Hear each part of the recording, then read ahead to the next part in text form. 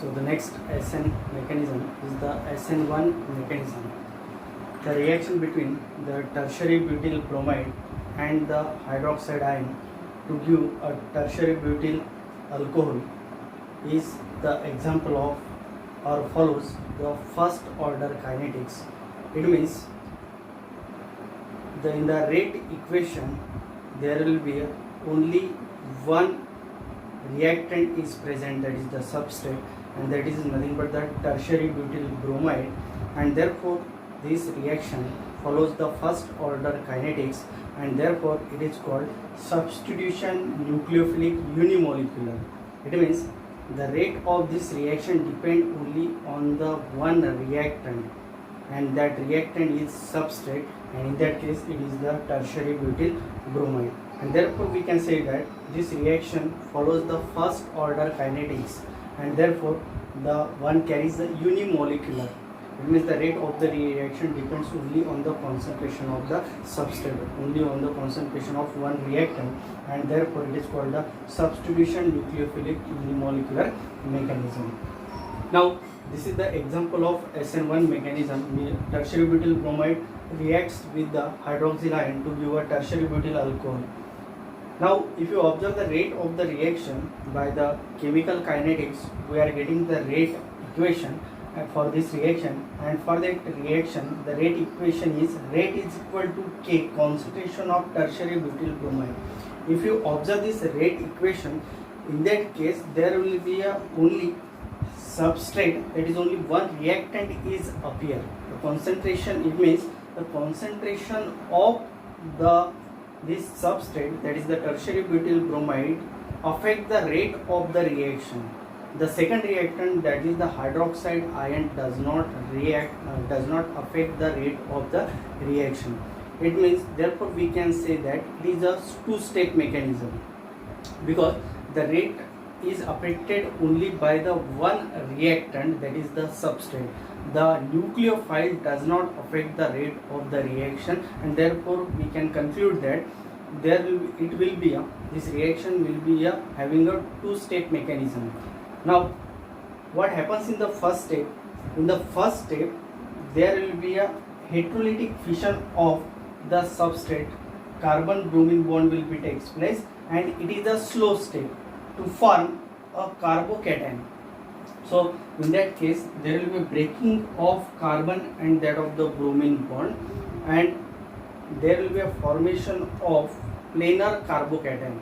Now it is a planar carbocation. It means all these methyl groups and that of the carbon are present in the same plane, and therefore it is called a planar carbocation. And it is a slow step, it is a reversible step in which there will be breaking of bond between the carbon and bromine will be takes place.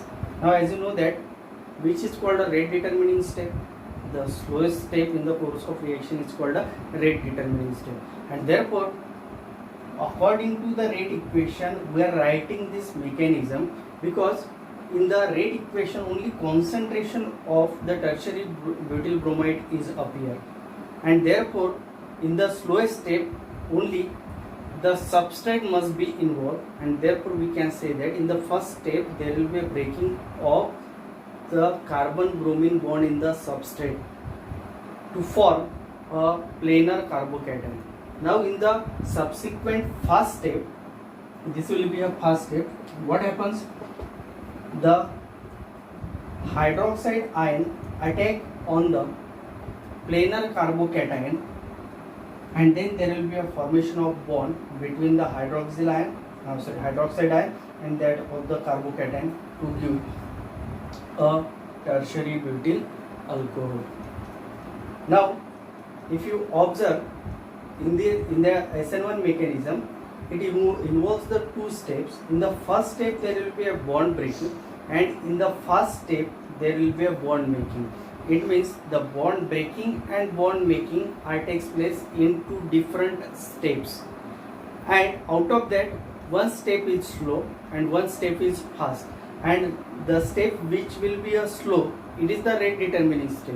It means the rate of reaction depends on that step, and according to the rate equation only the concentration of the tertiary butyl bromide is in the the rate equation, and therefore in the slow step only there will be an involvement of one reactant, that is the substrate, and therefore we can say that in the first step there will be a breaking of carbon bromine bond to form a planar carbocation, and that of the there will be a leaving group where that is the bromide.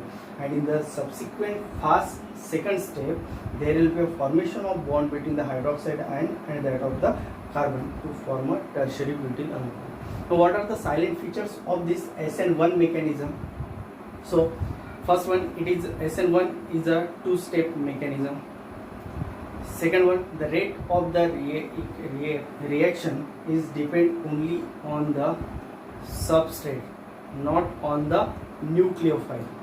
That is the second feature. What is the third feature? The transition state in that case we are getting, or the intermediate species that we are getting here, it is the planar carbocation. There will be a formation of planar carbocation. Why there will be a formation of planar carbocation? Because there will be a heterolytic fission of the carbon bromine bond, and therefore both the electrons in this covalent bond are carried away by the bromide, and therefore carbon carries a positive charge, and therefore we can say that there will be a formation of planar carbocation. Now in the next step, the hydroxyl ion forms the bond with the carbocation to give our required product.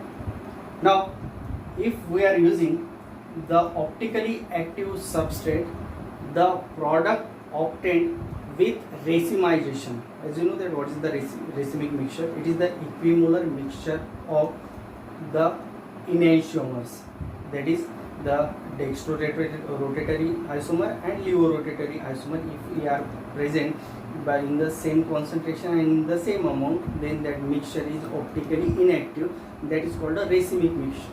The product of this SN1 mechanism is always with a racemization. Why?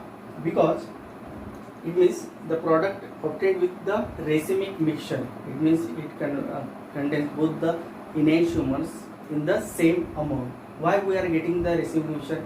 In the SN2 mechanism we are getting the inverted product, but in that case we are getting the racemized product. What is the reason why we are getting the racemic mixture in that case or in the SN1 mechanism? Because in that case the intermediate form is the planar carbocation. So there will be a formation of planar carbocation. All these methyl groups and carbon are present in the one plane, and there will be a formation of this carbocation in the first step, and in the second step there will be attack of nucleophile, that is the hydroxide ion on this carbocation. Now there are two possibilities of attack of this hydroxide ion, from the back side or from the front side. Both the possibilities are same. Both the possibilities having the same or the same possibility of attack from the front side as well as from the back side, because both the sides are same. There is no steric hindrance of the methyl group, and also both side attack is possible, and therefore hydroxide ion can form bond from the front side as well as from the back side, and this is having an equal possibility of attack from both the sides, and therefore when there will be a back side attack we are getting a product with inverted configuration, and when there will be attack from the front side we are getting the product with the retention of configuration. It means and both the attacks are having the same possibility, and therefore both the products, that is the inverted and that of the retained product, are formed in the same amount, and therefore we are getting the racemic mixture. So the product, if we are using the optically active substrate in the SN1 mechanism, the product obtained always with a racemization. It means both the enantiomers forms in the equal amount. What is the reason? Because the possibility of attack of the nucleophile from the both the side is same, and therefore both the product, that is the inverted and retained product, form in the same amount, and that is nothing but the racemic mixture, and therefore the product always obtained in with racemization.